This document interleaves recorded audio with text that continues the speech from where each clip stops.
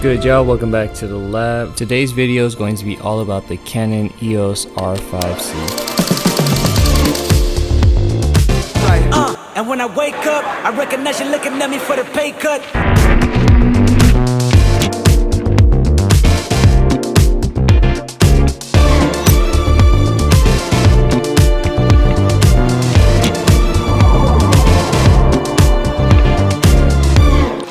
Recently I stumbled across this photo of my grandpa with a camera, and it inspired me to rethink the way I create. There are times where I overthink my process, and sometimes you just gotta go out there. Get those creative reps in and not be afraid to fail. One thing my grandpa always taught me was to always try. Alright, first let's go over some ground rules. This is my first time working with Canon's cinema line, but I am no stranger to cinema cameras. Some of you guys know that I really enjoy using the Blackmagic 6K and one of my favorite cameras, the Red Komodo 6K. But throughout this video, I'm going to show you guys real footage and features that I really enjoyed about this camera. Since it is my first time using this camera, I'm going to make a lot of mistakes, and I just wanted to fully disclose that this is an experimental video and I'm just excited to get my hands onto a new camera. Alright, the first thing I'm going to do is go into this menu system and show you guys the different video formats that we could record on. We could go RAW, RAW Lite, HDMI RAW, XF-AVC, and MP4. And for this video, we're going to go and start from the bottom first. If you guys are interested in 8K 60 frames or any specific features, feel free to click around in the chapter markers down below. Jalen and I decided to make our way to LA to celebrate her sister's birthday, and I thought it would be the perfect opportunity to learn a whole new camera system. As you probably noticed from the clips, there is no IBIS, which is short for in-body image stabilization. Some lenses come with it, but in this situation it was low light, so I went with the 24 1.4. This shot was interesting because I had it at 180 degrees, but once I switched it to 90, the light flickering stopped. We're currently flying on the JetBlue Mint cabin. They provide headphones, a bunch of leg space, reclining chairs to go to sleep, water. I knew as we were taking off I wanted to grab some shots, so I put on the 7200 2.8. This lens does have an optical image stabilizer, so you can see the smoothness in the shots. And during this time I like to write out my scripts, slam some food, and then get whooped in arm wrestling with Jalen. We also get live television. Go Dubs. A cool thing about this camera is the custom picture profiles. Jumping into this menu system, you get a range of presets that you could choose from. I primarily stuck with preset 1 and 2, which is C-Log 3, and even when I go over to edit, I have even more control over the color space. Almost all the clips that I show on this video is shot on C-Log 3. But for these next couple of clips, I wanted to show you guys what it looked like on Rec 709, just so you get an idea of what it looks like.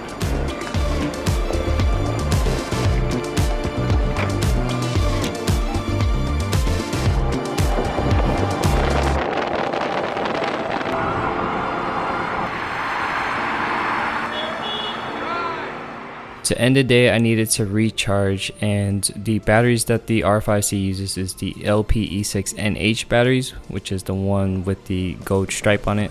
You get about roughly 30 minutes of battery life per battery, which is kind of good. I had to run with 7 different batteries, and this is more so for a run and gun type of setup. It uses a CF Express Type B card, and it also has an SD slot. For those of you guys who don't already know, I'm originally from California, so anytime I get the opportunity to explore the outdoors, I jump on it.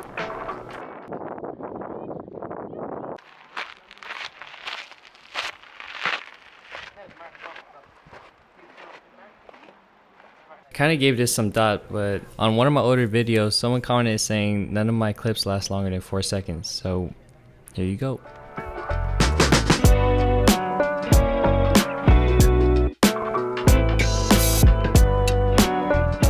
Alright you guys, I just wanted to give some of my first impressions since it's like fresh on my mind. I literally burned through 4 batteries. I'm really loving the camera so far, getting cinema quality in this form factor, but just being able to use RF lenses, 1535, I've been using the 7200, the 50mm and also the 24mm. And we're currently in Joshua Tree, which is pretty dope. And finally I get to take a deep breath. First things you recognize from this camera is this C logo right here, the cinema. And then the red record button. It says right here R5C. And what I really like is that you can switch between photo and video mode. The body type looks just like the R5 or all the R body types, so it's very similar. The only thing that's really different is this vent right here. And it kind of makes the viewfinder stick out a little more. And that makes balancing on the Weebil 3 very difficult. There's not enough clearance off the top. So later I'm gonna pair this with the RS3 just to show you guys the difference between the two. It has a articulating screen. And another thing that I really love is these custom function buttons. So I have one right here, which is 10, and I've made that the slow motion button. So 120 frames down to 24 frames. And then this button right here, the 12, I've customized that to be the stabilization button. So pretty much I can stabilize my footage if I'm shooting handheld. I was pretty impressed by how well this was able to stabilize some of these lenses that don't have IS built into it. All right, switching gears now, we are going to be recording on the XF-AVC format, and I went with this probably for the majority of this video. And you could choose between 24 frames all the way up until 60 frames. And for this next scene, it was shot at 4K at 120 frames.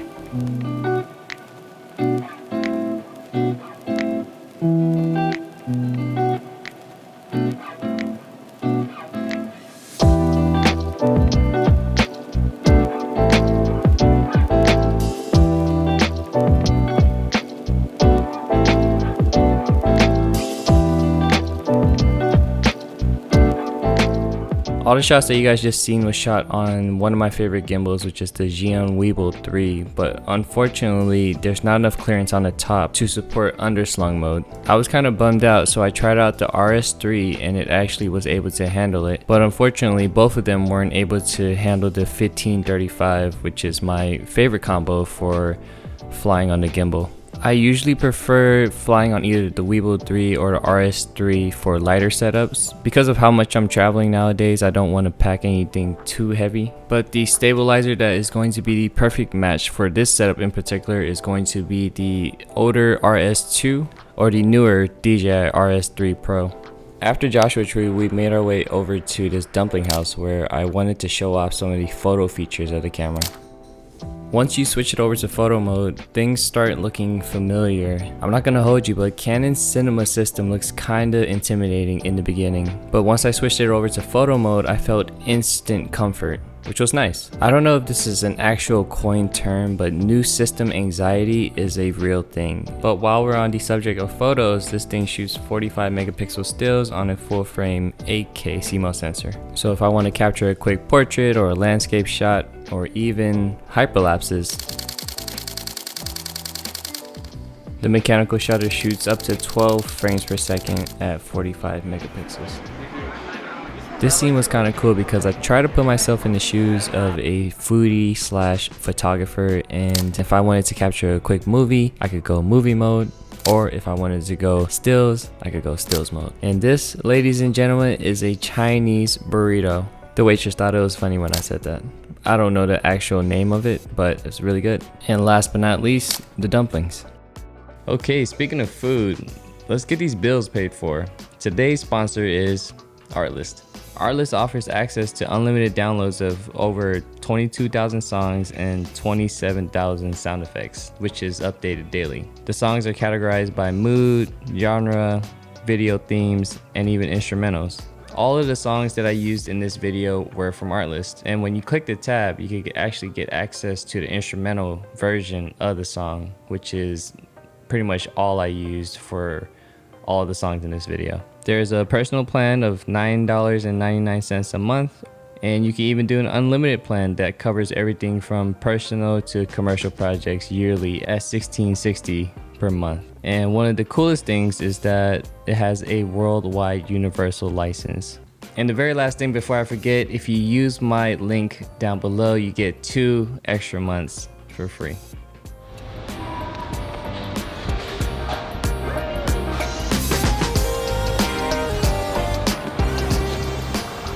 It's October and I'm low-key feeling it. I don't know about you guys. It's getting towards the end of the year. We only have a couple more months, and I think it's really important to take breaks. That's why we're out here. I think it's just mentally, I'm just mentally exhausted. Spent the past couple of months traveling in and out the country and just doing all these campaigns and haven't really had time to myself. So to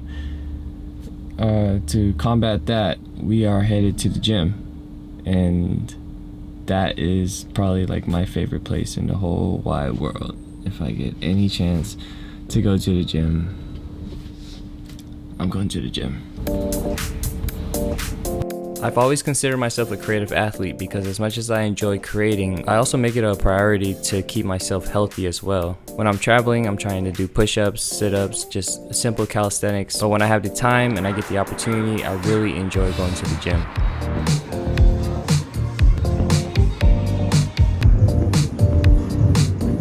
I'm also into new technology, from driving smart cars to learning about this new camera. Anything that involves learning something new, I'm definitely into it. So we ended up having brunch and then going off for dinner to celebrate Justina's birthday.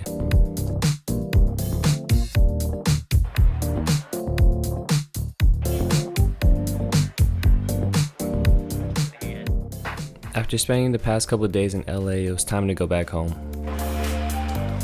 so that we could test out the real magic in this camera, which is 8K at 60 frames per second, raw.